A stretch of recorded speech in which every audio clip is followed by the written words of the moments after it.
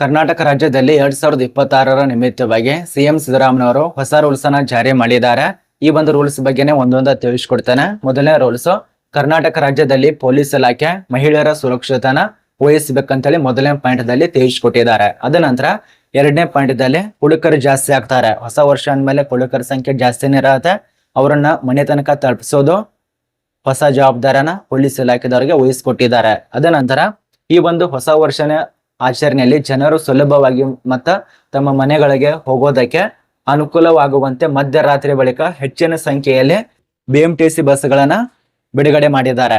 ಇದೊಂದು ಒಳ್ಳೆಯ ವಿಚಾರ. ಅಂದ್ರೆ ತುಂಬಾ ಜನ ಬಂದಿರ್ತಾರೆ 2026 ಇದೆ ಅಂತೇಳಿ ಖುಷಿ ಸಲುವಾಗಿ. ಕೆಲವು ಜನ ದುಃಖ ಸಲುವಾಗಿ ಬಂದಿರ್ತಾರೆ, ಕೆಲವು ಜನ ಮಜಾ ಮಾಡಕ್ ಬಂದಿರ್ತಾರೆ, ಕೆಲವು ಜನ ಹುಡುಕರೆ ಬಂದಿರ್ತಾರೆ.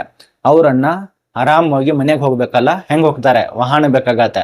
ಆದ ಕಾರಣ BMTC ಬಸ್ಗಳನ್ನ ಹೆಚ್ಚಿಗೆ ಬಿಡುಗಡೆ ಮಾಡ್ಬೇಕಂತ ಹೇಳಿ ರೂಲ್ಸ್ ಅನ್ನ ಜಾರಿ ಮಾಡಿದ್ದಾರೆ.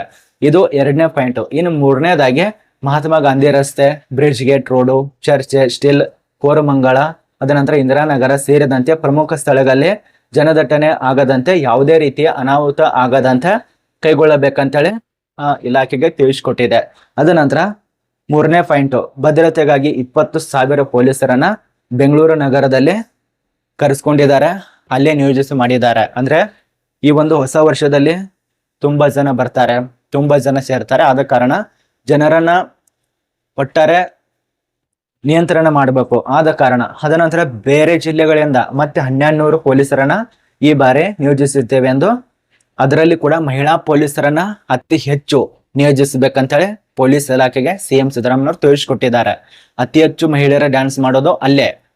ಪುರುಷಕ್ಕಿಂತ ಮಹಿಳೆಯರೇ ಡ್ಯಾನ್ಸ್ ಮಾಡ್ತಾರೆ, ಹುಡುಗರ ಸಂಖ್ಯೆ ಅವರೇ ಆಗ್ತಾ ಇದ್ದಾರೆ. ಆದ ಕಾರಣ ಅತಿ ಹೆಚ್ಚು ಮಹಿಳಾ ಪೊಲೀಸರನ್ನ ಆಯೋಜಿಸಬೇಕಂತೇಳಿ ಸಿಎಂ ಸಿದ್ದರಾಮಯ್ಯನವರು ಪೊಲೀಸ್ ಇಲಾಖೆಗೆ ತಿಳಿಸ್ಕೊಟ್ಟಿದ್ದಾರೆ. ಈ ವರ್ಷ ಇದು 4 ಪಾಯಿಂಟ್ ಆಯ್ತಾ. ಇನ್ನು ಎರಡನೇ ವಿಭಾಗದಲ್ಲಿ ಏನ್ ತಿಳಿಸ್ಕೊಟ್ಟಿದಾರಪ್ಪ ಅಂದ್ರೆ, ಇಲ್ಲಿ ನೋಡಿ, ನಗರದಲ್ಲಿ ಈಗ ಪ್ರಸ್ತುತ ಏನೆಲ್ಲ ತರಿಸ್ಕೊತಿದ್ದಾರೆ, ಎಷ್ಟು ಯಾರಿಗೆ ಹೇಳಿದ್ದಾರೆ ಅದನ್ನ ಕೊಟ್ಟಿದ್ದಾರೆ. ಇದರಲ್ಲಿ ನಗರದಲ್ಲಿ ಹೊಸ ವರ್ಷಾಚರಣೆ ಸುಲಭವಾಗಿ ನಡೆಸಲು ಸಾಧ್ಯವಾದಂತೆ 4 ಕಂಟ್ರೋಲ್ ರೂಮ್ಗಳು ಹಾಗೂ 78 ಕಾವಲು ಗುಂಪುಗಳು, 164 ಮಹಿಳಾ ಸಹಾಯ ಡೆಸ್ಕ್, 51 ಆಂಬ್ಯುಲೆನ್ಸ್ ವ್ಯವಸ್ಥೆ ಕೂಡ ಮಾಡಿದ್ದಾರೆ. ಕಳೆದ ವರ್ಷ 3 ದಿನಗಳಲ್ಲಿ ಈ ಒಂದು ಡ್ರಗ್ಸ್, ಈ ಒಂದು ಡ್ರಿಂಕ್ 3,500 ಜನ ಡ್ರೈವರ್ಗಳು ಅಪಘಾತಕ್ಕೆ ಒಳಗಾಗಿರಂತೆ, ಅದು ಕೂಡ ತಿಳಿಸ್ಕೊಟ್ಟಿದ್ದಾರೆ. ಅಂದ್ರೆ ಈಗ ಹೊಸ ವರ್ಷ ಅಂದ್ರೆ ಕುಡಿದೇ ಜಾಸ್ತಿ, ಕುಡಿಯೋದ್ರಿಂದ ತುಂಬಾ ಜನ ಹಾನಿ ಆಗತ್ತೆ. ಆದ ಕಾರಣ ಈ ಒಂದು ಆಂಬ್ಯುಲೆನ್ಸ್ ಗಳನ್ನ ಅಲ್ಲಿ ಬಿಡುಗಡೆ ಮಾಡಿರುವಂತದ್ದು. ಇದು ಮುಖ್ಯವಾದ ಪಾಯಿಂಟ್ ನೋಡಿ. ನಗರದಲ್ಲಿರುವಂತ 50 ಫ್ಲೈನ್ ಓವರ್ಗಳಲ್ಲಿ ಹೊಸ ವರ್ಷಾಚರಣೆ ದಿನ ರಾತ್ರಿ ದ್ವಿಚಕ್ರ ವಾಹನಗಳನ್ನ ಬಂದ್ ಮಾಡ್ತಾರೆ.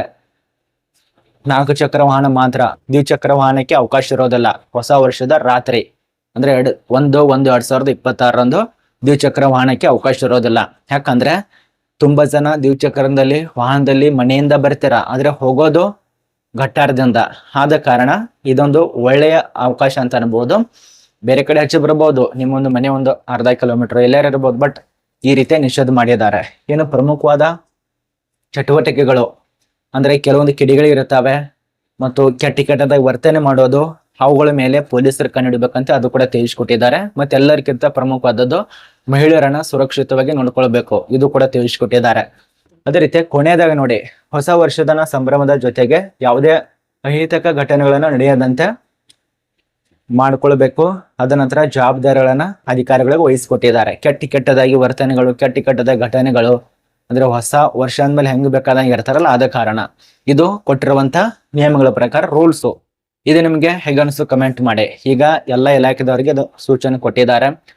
ಪೊಲೀಸ್ ಇಲಾಖೆ, ಅದ ನಂತರ ಈಗ ಪ್ರತಿಯೊಂದು ಇಲಾಖೆ ಇದೆ ಅಂತಲ್ಲ, ಎಲ್ಲ ಒಂದು ಇಲಾಖೆ, ಎಲ್ಲ ಒಂದು ಸಚಿವರನ್ನ ಕರೆಸಿ ಈ ರೀತಿಯಾಗಿ ರೂಲ್ಸ್ ಅನ್ನ ಜಾರಿ ಮಾಡಿದ್ದಾರೆ. ಇದ್ರ ಬಗ್ಗೆ ನಿಮ್ಮ ಅನಿಸಿಕೆ ಕಮೆಂಟ್ ಮಾಡಿ.